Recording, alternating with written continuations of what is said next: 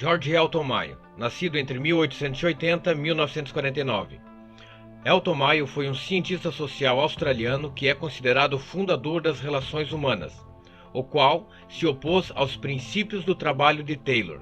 Mayo licenciou-se na Universidade de Adelaide e estudou medicina em Londres e Edimburgo. Ensinou filosofia mental e moral em Queensland. Como professor e diretor de pesquisas da Escola de Administração de Harvard, Mayo dirigiu um projeto de pesquisas na fábrica de Hawthorne entre 1927 e 1932. Ele escreveu 13 livros baseados nos resultados e descobertas de suas experiências em Hawthorne, dando origem à teoria das relações humanas. Mas o que foram as experiências de Hawthorne? Foi um estudo realizado em uma fábrica da Western Electric Company de Hawthorne, em Chicago. E essas experiências foram divididas em 4 fases. Nessa primeira fase da experiência foram escolhidos 2 grupos de operários que faziam o mesmo trabalho em condições idênticas. Um grupo trabalhava sobre intensidade de luz variável, enquanto o outro tinha um controle de luz constante. Já na segunda fase foram divididos em grupos, grupo experimental e grupo de controle.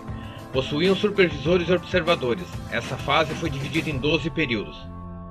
No primeiro período durou 2 semanas, onde foi estabelecida a capacidade produtiva em condições normais de trabalho. 2.400 pessoas passaram a ser comparadas com outras demais de períodos diferentes. O segundo período durou 5 semanas e o grupo experimental foi isolado na sala de provas, mantendo as condições e horários de trabalho normais e medindo-se o ritmo de produção. Serviu-se para verificar o efeito da mudança do local de trabalho. No terceiro período, modificou-se o sistema de pagamento. No quarto período, marca o início da introdução de mudança no trabalho, um intervalo de 5 minutos de descanso no período da manhã e outro no período da tarde. Assim teve novo aumento de produção. Neste período, os intervalos de descanso aumentaram para 10 minutos. No sexto período, introduziu-se então 3 intervalos de 5 minutos na manhã e 3 à tarde. No sétimo período, voltou-se a 2 intervalos de 10 minutos em cada período, servindo um lanche leve.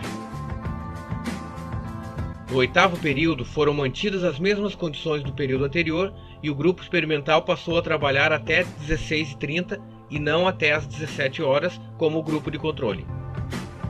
No nono período, o grupo experimental passou a trabalhar até às 4 horas. No 10º período, o grupo experimental voltou a trabalhar até às 17 horas. Como no sétimo período, a produção aumentou bastante. 11º período estabeleceu a semana de 5 dias e o sábado livre.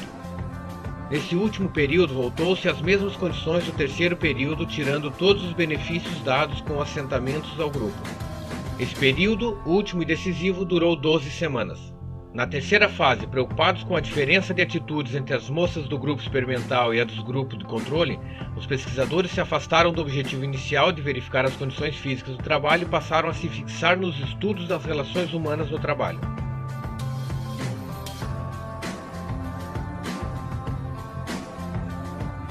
Na quarta e última fase, foi escolhido um grupo experimental para trabalhar em uma sala especial com condições de trabalho idênticas aos do departamento. Um observador ficava dentro da sala e um entrevistador do lado de fora entrevistando o grupo. Essa experiência visava analisar a organização informal dos operários. O sistema de pagamento era baseado na produção do grupo, havendo um salário hora com base em fatores e um salário mínimo horário. Para o caso de interrupções na produção, os salários só podiam ser maiores se a produção total aumentasse. Assim que se familiarizou com o grupo experimental, o observador pôde constatar que os operários dentro da sala usavam várias artimanhas, logo que os operários montavam o que julgavam a ser a produção normal, reduziam seu ritmo de trabalho. Os operários passaram a apresentar certa uniformidade de sentimentos e solidariedade grupal.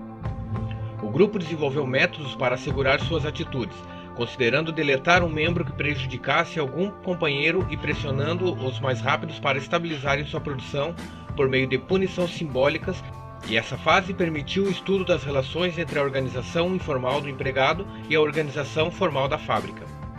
A experiência de Hawthorne foi suspensa em 1962 por motivos financeiros. Sua influência sobre a teoria administrativa foi fundamental. A experiência de Hawthorne proporcionou princípios básicos das relações humanas. Suas conclusões são as seguintes: o nível de produção é resultante da integração social, determinada pela capacidade física ou fisiológica do empregado. O nível de produção é determinado pela expectativa do grupo, pelos benefícios cedidos pela organização, como intervalos de descanso e refeições durante esses sábados livres. Os trabalhadores esperavam ser reconhecidos, compreendidos e aceitos e produziam mais quando estavam entre seu grupo. Kurt Lewin, nascido entre 1890 e 1947, constituiu a passagem das relações humanas para o movimento seguinte e orientou e inspirou a maior parte dos pesquisadores dedicados à administração e à psicologia industrial da década de 1960. Em 1926 fez sua primeira obra, A Investigação em Psicologia sobre o Comportamento e Emoção. Estabeleceu bases para a posterior divisão das ciências sociais. Lewin foi o fundador da dinâmica de grupo. Dinâmica de grupo é o estudo das forças que agem no seio dos grupos, suas origens, consequências e condições modificadoras do comportamento do grupo. Concordâncias comuns entre os objetivos e sobre os meios a alcançá-los, resultando a solidariedade grupal.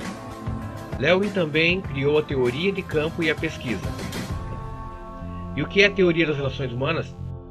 Originaram-se quando Mayo percebeu a necessidade de tornar a administração mais humana e democrática, e quando as ciências humanas influenciaram as organizações.